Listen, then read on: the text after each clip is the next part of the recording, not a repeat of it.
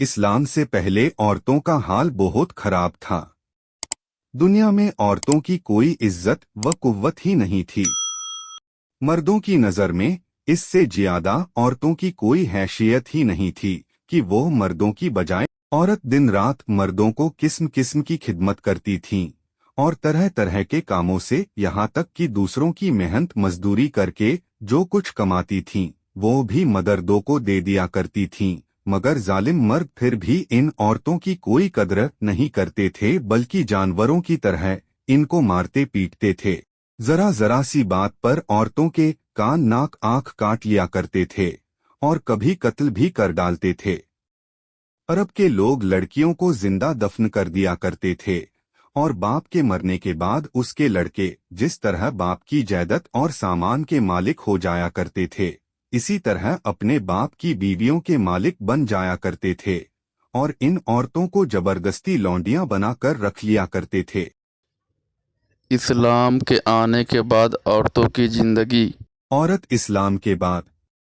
जब हमारे रसूले रहमत हुजूरे मोहम्मद मुस्तफ़ा खुदा की तरफ से दीने इस्लाम लेकर तशरीफ लाए तो दुनिया भर की सताई हुई औरतों की किस्मत का सितारा चमक उठा और इस्लाम की बदौलत जालिम मर्दों के जुल्मों सितम से कुचली और रौंदी हुई औरतों का दर्जा इस कदर बुलंदो बाला हो गया कि इबादात व मुआमलात बल्कि जिंदगी और मौत के हर महले और हर मोड़ पर औरतें मर्दों के दोष बदोश खड़ी हो गई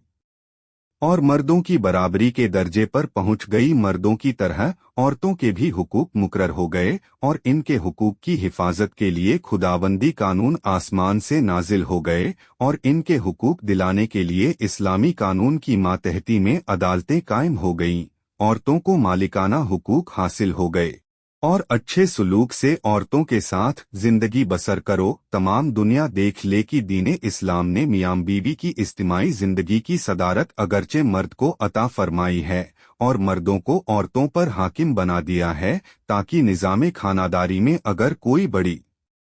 मुश्किल आन पड़े तो मर्द अपनी खुदादाद ताकत व सलाहियत से इस मुश्किल को हल कर दे। लेकिन इसके साथ साथ जहां मर्दों के कुछ हुकूक औरतों पर वाजिब कर दिए हैं, वहां औरतों के भी कुछ हुकूक मर्दों पर लाजिम ठहरा दिए गए हैं। इसलिए औरत और मर्द दोनों एक दूसरे के हुकूक में जकड़े हुए हैं, ताकि दोनों एक दूसरे के हुकूक को अदा करके अपनी इज्तिमाई जिंदगी को शादमानी व मसरत की जन्नत बना दें और निफाक व शिकाक और लड़ाई झगड़ों के जहन्नम से हमेशा के लिए आज़ाद हो जाएं।